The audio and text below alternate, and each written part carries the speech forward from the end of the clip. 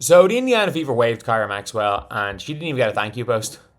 She didn't even get a thank you post from the Indiana Fever. They didn't even get a thank you, Kyra Maxwell. She didn't get a thank you post. But yeah, a lot of people are celebrating this because they think that Caitlin Clark's coming back. They think that this means Caitlin Clark coming back and it means it's almost time. I am going to unfortunately have to burst that bubble. I don't think the Kyra Maxwell situation has anything to do with Caitlin Clark's return. And if you guys not even agree, if you guys enjoy the content, subscribe. We have lost one subscriber since 2 days ago. We've lost one subscriber. We're just trying to gain that one subscriber back. But we were at like 712, so we've lost like 8 subscribers. Trying to gain those 8 subscribers back to be greatly appreciated. But yeah, so Kyra Lambert is a guard that kind of just never should have been in the league. Her contract ends on the 21st. They play on the 22nd. They cut her because it's pointless. I think they cut her because I think they cut her because they need a Sophie Cunningham replacement rather than Caitlin coming back. I think Caitlin's going to come back in August. That's my prediction, is that she's coming back in August. And I think it's going to be that Storm game. I don't think she's going to come back for that Lynx game. I think she's going to go. She's probably stayed at home, whether it be for non-basketball reasons or working on her rehab. I would assume that she's going to practice a bit this week, and then maybe practice a little bit when they're on the road. I don't see her first game returning being in that 4-game road trip. So I think she's going to come back. Well, maybe it's September then.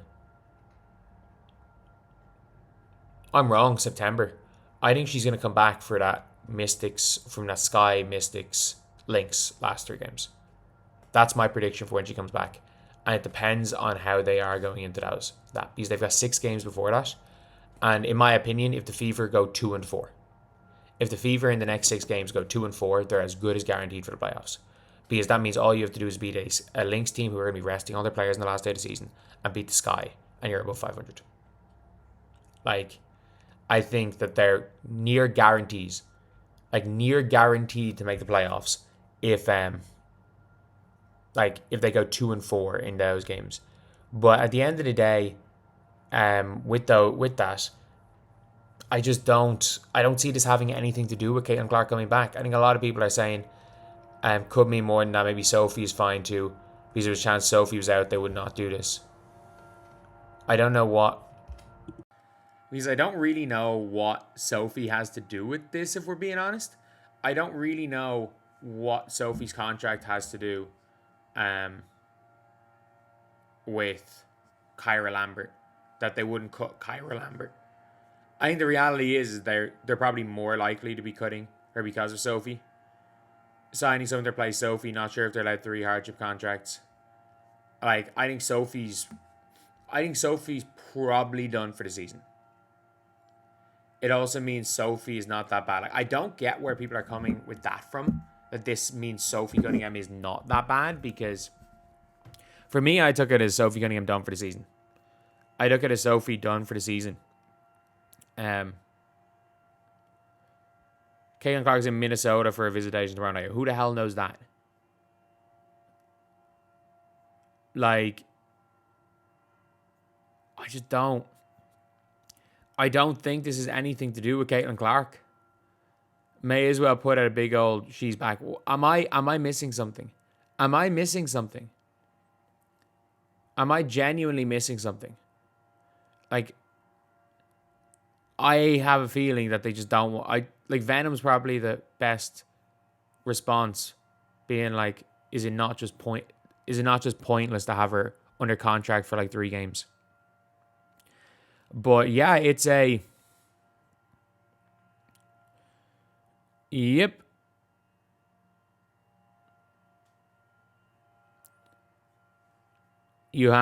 She just left straight away. Does this mean Caitlin Clark's coming back? Someone tweeting me. I have no idea. I don't think so. Kyra Lambert got to play a few seconds to live out of WNBA dreams. Why not?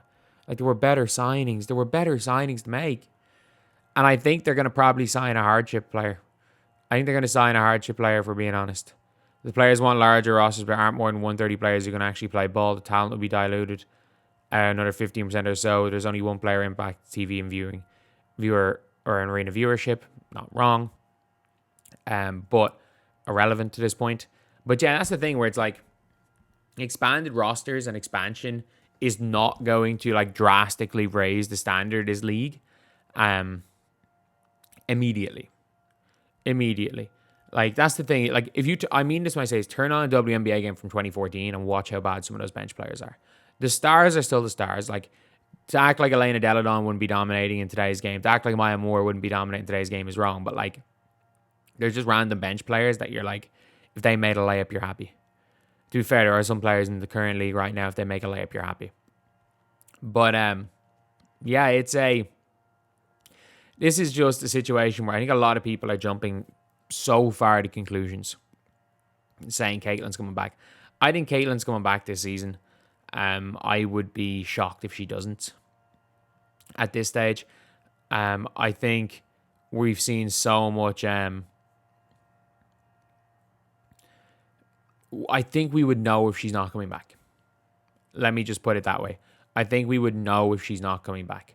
Like, the Indiana Fever have, 3 more home games on the season? And they still pretty much, even though people are still selling out without Caitlin Clark, like, I don't think the Indiana Fever give a damn if the Sparks don't sell out crypto. I don't think they give a damn if the Mercury don't sell out their arena, if Caitlin's not there. I don't think they care. So, the vast majority of their games the rest of the season are away. I don't think they care if the road team sells out their arena. So the only logic for not saying Caitlin's out, if she's out, is to keep ticket sales up and to not let the ticket prices go. But ironically, it's only the Fever tickets are still $20. So like, people just assume Caitlin's out for the season. Like, you can buy tickets to the Fever's last 3 home games for £20. Like, it's not expensive, especially because you can buy $20 for what very well could be Caitlin Clark versus Angel Reese against Chicago. The fans in Indiana care enough to go see Caitlin, to go see the Indiana Fever anyway, because they're nearly selling out. But they don't care enough anymore to pay big to see the Indiana Fever. And that includes games where it's likely Caitlin Clark's going to play. So, yeah, I don't think those tickets are going to be expensive. So, at the end of the day, there's no rhyme or reason to the Indiana Fever pretending that Caitlin's coming back if she's not.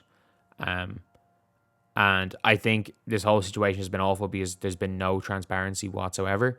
Like, she was listed as dead. She got a scan. She got a scan on the Tuesday. Was it the Tuesday or the Wednesday? But whatever happened, like, they were on a back-to-back and she got a scan. And they literally said, after they saw the scan, that she was day-to-day. And then she announced the day after the scan that she wasn't able to play in the All-Star game because people thought she was going to play in the All-Star game 2 days later. That was a month ago. And we have heard nothing since. So anyway, I'll see you guys.